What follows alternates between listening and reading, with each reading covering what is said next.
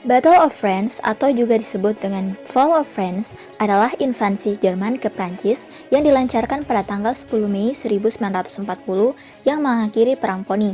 Pada pertempuran ini terdapat dua operasi pertama yang dimenangkan oleh Blok Poros.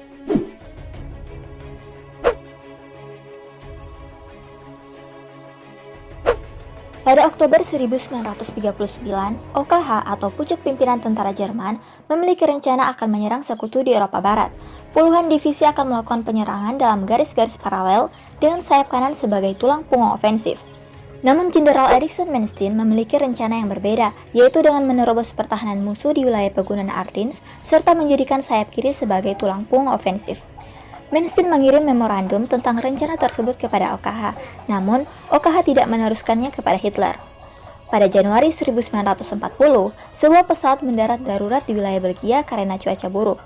Pesawat itu berisi sebagian dari perintah operasi bagian armada udara pertama yang tidak sempat dimusnahkan sebelumnya, sehingga bocor ke pemerintah Belgia dan diteruskan ke Inggris dan Prancis. Bocornya rencana ini membuat Hitler mengubah rencananya dan menerima usul-usul Manstein yang sebelumnya telah disampaikan kepada OKH. Hitler mulai melaksanakan rencana itu pada 10 Mei 1940 dengan menjatuhkan bom-bom pada sasaran di Belanda dan Belgia. Pertahanan Belanda runtuh 4 hari pasca dilakukannya bombardir dan keruntuhan Belgia menyusul 2 minggu kemudian. Jerman sengaja menarik perhatian Prancis dengan melakukan penyerangan kepada Belanda dan Belgia menggunakan Army Group B yang dilakukan secara terang-terangan. Oleh karena itu, Prancis mengira Army Group B inilah yang menjadi tulang punggung ofensif Jerman. Tentara Prancis-Inggris menyerbu ke bagian utara Belgia untuk menghadapi Army Group B yang dinilai sebagai tulang punggung ofensif Jerman. Padahal, tentara ofensif Jerman adalah Army Group A di selatan yang terdiri dari 7 divisi tank.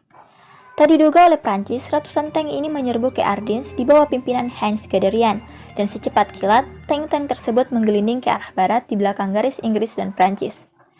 Hanya dalam beberapa hari, tentara Inggris-Prancis pun terbelah dua, dan pada 5 Juni kota Dunkirk jatuh ke tangan Jerman setelah evakuasi tentara Inggris selesai. Pada tanggal 10 Juni, pemerintah Prancis resmi meninggalkan Paris, dan 4 hari setelahnya, Paris jatuh tanpa perlawanan, dan pada tanggal 17 Juni diarahkan sebuah gencatan senjata.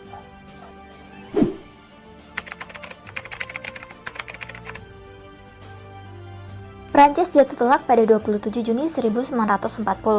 Negara ini sudah berupaya keras untuk mencegah Jerman menguasai, namun Nazi sangat berpengaruh pada saat itu.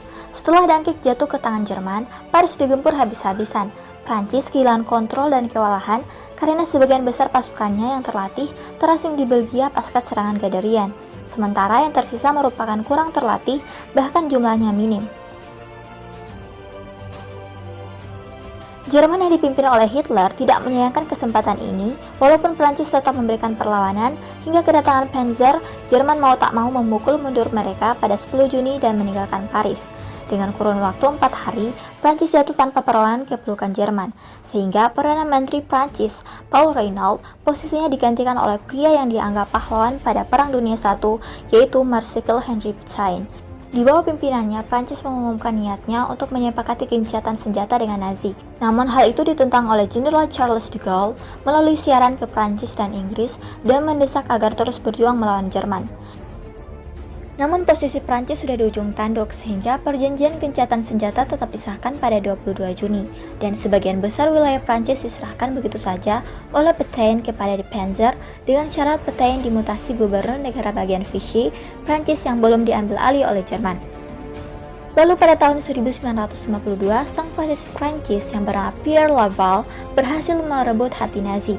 Nazi berpaling dari Pétain dan yang lainnya yang telah membuat Prancis menjadi kacung Jerman dan yang terlibat dalam bantaian etnis Yahudi. Pétain dan Laval menerima hasil dari perbuatan mereka ketika menyerbu Normandia pada Juni 1944 dan kabur ke bawah perlindungan Jerman di Prancis Timur. Akan tetapi, mereka tertangkap dan dinyatakan bersalah karena melakukan pengkhianatan besar pada negara dan divonis hukuman mati.